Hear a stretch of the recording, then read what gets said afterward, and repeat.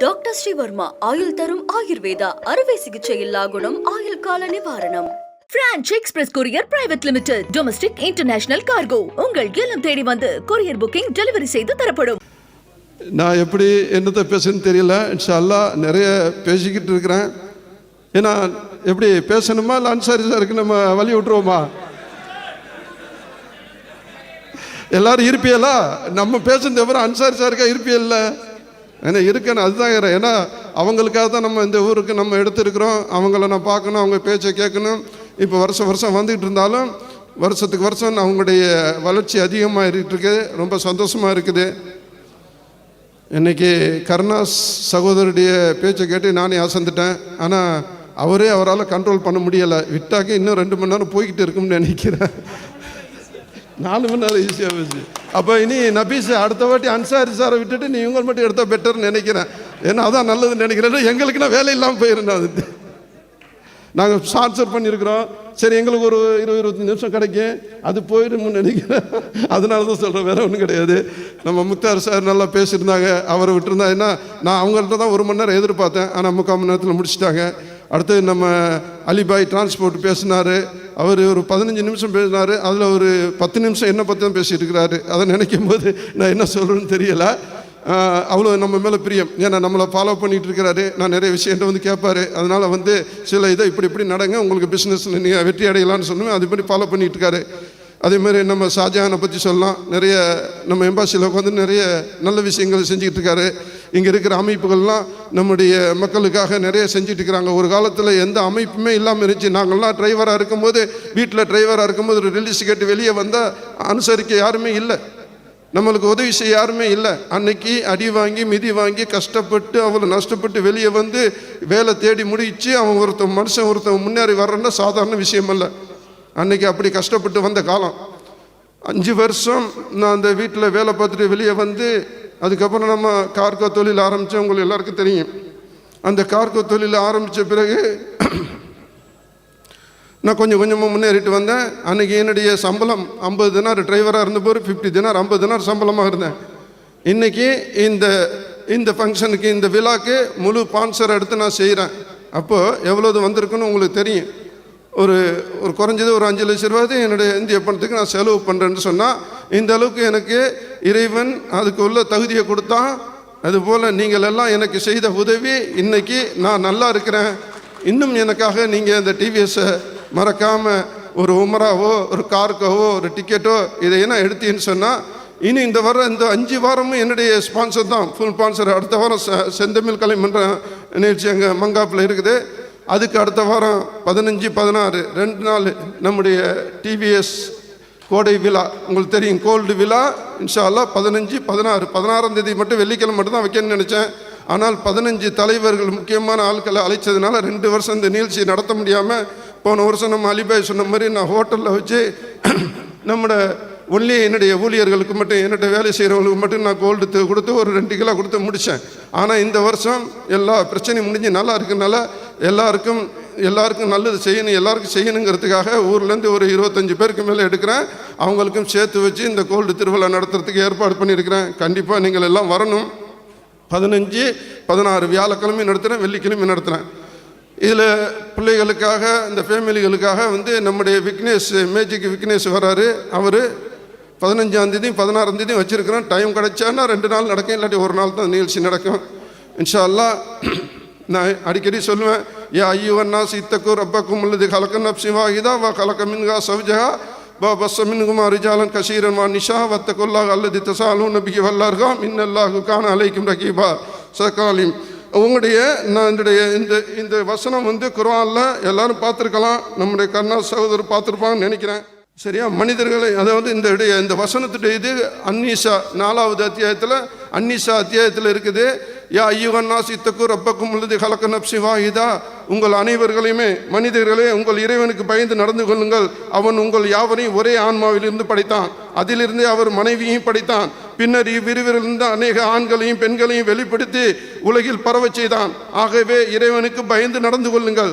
அவனை கொண்டே நீங்கள் ஒவ்வொருவருக்கும் தமக்குரிய உரிமைகளை கேட்டுக்கொள்கிறீர்கள். மேலும் உங்கள் இரத்த கலப்புடைய உறவினர்களையும் ஆதரியுங்கள். நிச்சயமாக இறைவன் உங்கள் மீது கண்காணிப்பவனாக இருக்கின்றான். ஏன் இந்த வசனத்தை அடிக்கடி ஓதுறேன்னு சொன்னால், நபிகள் நாயகம் ஸல்லல்லாஹு அலைஹி வஸல்லம் அவங்க எந்த ஒரு மேடையில் எங்கே பேசினாலும் இந்த குர்ஆனுடைய வசனத்தை எடுத்து ஓதிட்டு தான் இதை எல்லாருக்கும் பேசுவாங்க. ஏன்னா நம்ம இப்போ கூடி இருக்கிற எல்லா மக்களும், கிறிஸ்டின், முஸ்லீம், இந்து எல்லா மக்களும் ஒன்றாய் கூடி இருக்கிறோம். இன்னைக்கு இந்த மேடையில் இத்தனை ஒற்றுமையாக இத்தனை 3 மதங்களும் உட்கார்ந்து நம்ம கேட்டுக்கிட்டு இருக்கிறோம். மேடையில் இருக்கிறவங்களும் முஸ்லீம்களும் இருக்கிறாங்க, இந்துக்களும் இருக்கிறாங்க. அப்படிப்பட்ட இந்த மேடையில் இன்னைக்கு எப்படி பரஸ்பரமாக நல்லபடியாக நடத்தி கொண்டு இருக்கிறோம். ஆனால் இதே நம்முடைய இந்தியாவில் இன்னைக்கு அப்படி இல்லாத நிலைமை இருக்கும்போது தான் ரொம்ப வேதனையாக இருக்கிறது. அவங்க பேசும்போது ரொம்ப வேதனை இருந்தது. அதனால் சொல்கிறேன், இதனால தான் இவங்களெலாம் அழைச்சி நம்ம பேச வைக்கிறோம். இந்த வசனத்தின்படி பார்த்தீங்கன்னு சொன்னாக்க நம்மளுடைய ஒற்றுமை எங்கே இருக்குன்னு சொன்னால் இங்கே இருக்குது. இங்கே நம்மகிட்ட பார்த்துருக்குறோம், நம்முடைய ஒரு ரூமுக்குள்ளே ஒரு பிளாட்டுக்குள்ளே ஒரு 8 பேர் 10 பேர் இருந்தால் அதில் 2 முஸ்லீம் 2 கிறிஸ்டின் 4 முஸ்லீம் எல்லாம் அப்படி கலந்து இருக்கிறோம். எல்லோரும் ஒற்றுமையாக இருக்கிறோம், எந்த பிரச்சனையும் கிடையாது. ஆனால் நம்முடைய நாட்டில் அப்படி வாழ முடியுதானா? வாழ முடியலை.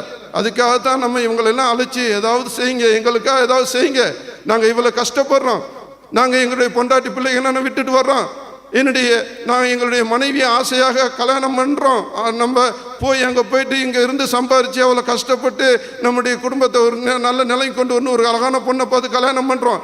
அந்த பொண்ணோட எவ்வளோ காலம் நம்ம வாழ முடியுது? அந்த பொண்ணுங்களோட நம்ம அந்த ஒய்ஃபு அந்த மனைவியோட நம்ம எவ்வளோ காலம் வாழ முடியுது? ஒரு 2 மாதம் 3 மாதம், அதுக்கு மேலே லீவு கிடைக்காது. இந்த 3 மாதத்தில் நம்ம என்னத்தை சுகத்தை கண்டுட்டு வரோம்? யோசிச்சு பாருங்க. வருஷம் ஃபுல்லாக அவங்க மனைவியோட இருக்கிறாங்க, இந்த 3 கெஸ்ட்டுகளும் வந்திருக்கிறாங்க. அவர்களுக்கு நம்மளுக்கு இருக்கிற என்ன வித்தியாசம்? ஏன் நம்மளுக்கு இந்த நிலைமை? நம்ம என்ன பாவம் செஞ்சோம்? இந்தியாவில் பிறந்ததுக்கு பாவமா? நம்முடைய பாவமா அது? யார் காரணம் அது? ஏண்டா நம்மளுடைய தலைவர்கள் ஒற்றுமை இல்லாத ஒரே காரணம் தான். அவர்கள் ஒற்றுமையாக இருந்தாக்க நமக்கு இந்த நிலைமை வராது. யோசிச்சு பாருங்க. நம்ம பிள்ளை பிறக்குது, ஒவ்வொரு பிள்ளைகளும் பிறக்குது, பிள்ளைய பார்க்கிறோம். பிள்ளை பிறக்கும்போது நம்ம இருக்க முடியலை. ஆனால் அந்த பிள்ளைய முத்தம் கொஞ்சிறதுக்கோ எதையாவது அவங்கள்ட்ட பேசுறதுக்கோ முடியும்னு பார்த்தா நம்ம செல்போனில் தான் பேச முடிகிறது, நம்ம செல்போனில் தான் முத்தம் கொஞ்சம் முடிகிறது. அந்த பிள்ளைகளை தொட முடியலை. மொபைலில் பார்த்தா, நம்ம செல்போனில் பார்த்தா நம்ம வாழ்க்கையை கழிச்சிக்கிட்டு இருக்கிறோம். இது ஏன்? நம்ம நிலைமை ஏன் இப்படி? யாருக்காக, என்னத்துக்காக, எதுக்காக வாழ்கிறோம்? யோசிச்சு பார்த்தோமா? நம்ம வர்றோம், ஒரு 2 வருஷம் சென்று போயிடலாம், ஒரு 3 வருஷம் சென்று போயிடலாம்னு நினச்சி வர்றோம். யாராலையும் போக முடியுதா? யாராலும் போயிருக்கிறீங்களா? 25 வருஷம் 30 வருஷம் எனக்கு தெரிஞ்சு என்னோட வந்தவங்களாம் இன்னும் இருந்துக்கிட்டு தான் இருக்கிறாங்க. வயசாகி போயிடலாம், காசை சேர்த்துக்கிட்டு ஊருக்கு போயிடலாம்னு நினைக்கிறோம். ஆனால் போக முடியுதா? போக முடியலை. ஏன்? என்ன காரணம்? நம்முடைய சுமைகள் கூடிக்கொண்டே இருக்கிறது, நம்முடைய வாழ்க்கை சுமைகள் கூடிக்கொண்டே இருக்கிறது. நம்ம ஒரு பொம்பளை பிள்ளை பெற்றுருவோம், ஒரு ஆம்பளை பெற்றுவோம்னு சொல்லிட்டு முயற்சி பண்ணால் 2வது பொம்பளை பிள்ளையா இருக்கும், 3வது பொம்பளை பிள்ளையா இருக்கும். இதை கட்டி கொடுக்குற நம்முடைய நேரம் சரிப்பட்டு வராது. சரி, ஆம்பளை பிள்ளை பிறந்துருச்சு, ஒரு ஆம்பளை பிள்ளையாவது நம்மகிட்ட சரியா நம்மளுக்கா உழைச்சி தருவானான்னு பார்த்தா அவனும் சரியில்லாமல் நிலைமையில நடந்து கொண்டு இருக்கிறான். இன்னைக்கு நிலைமை பார்க்குறோம். அதுக்கு காரணம் என்ன? இந்தியாவோட உள்ள சூழ்நிலை சரியில்லை.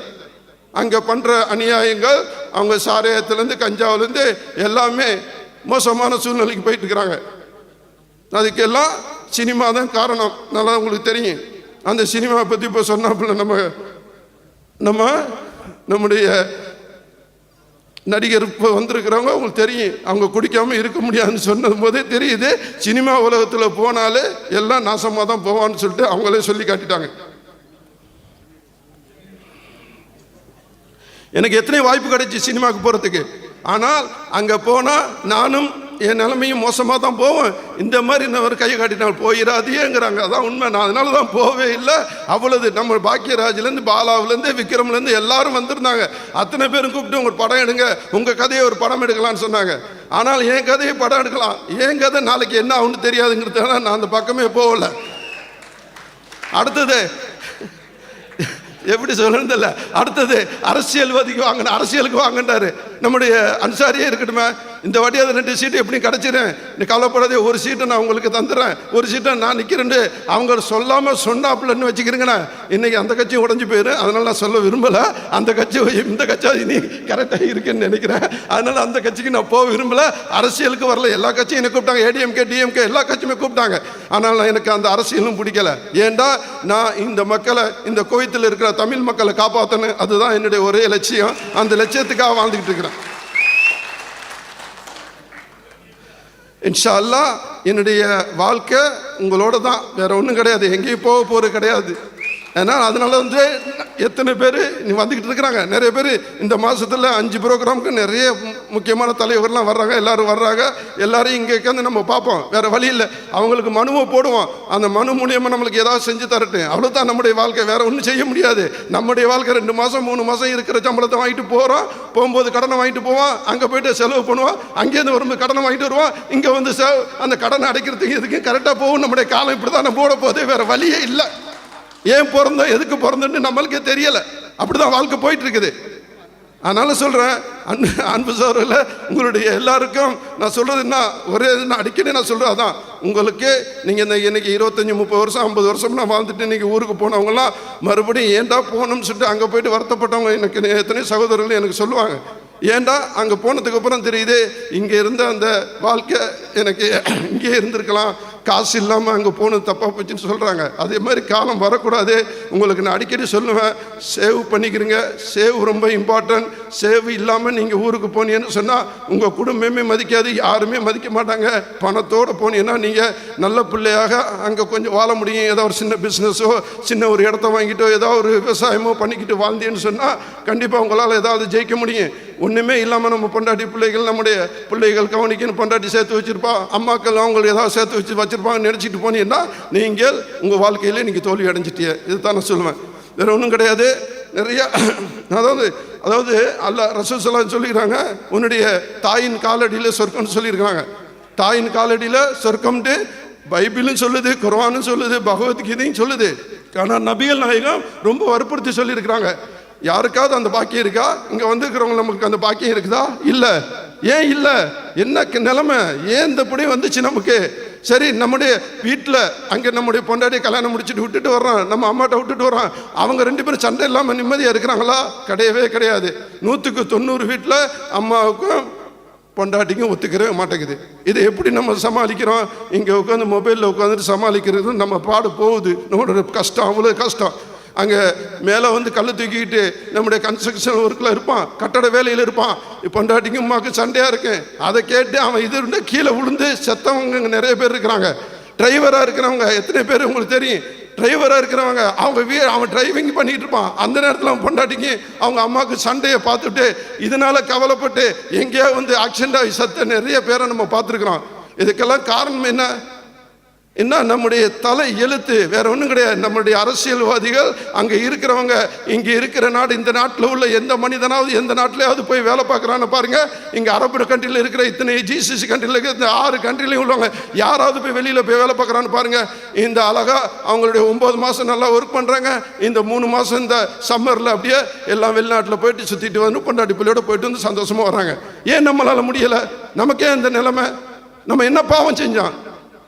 யோசிச்சு பாருங்க. நம்முடைய தலையெழுத்து. அதுக்காக நீங்கள் வருத்தப்படாதீங்க.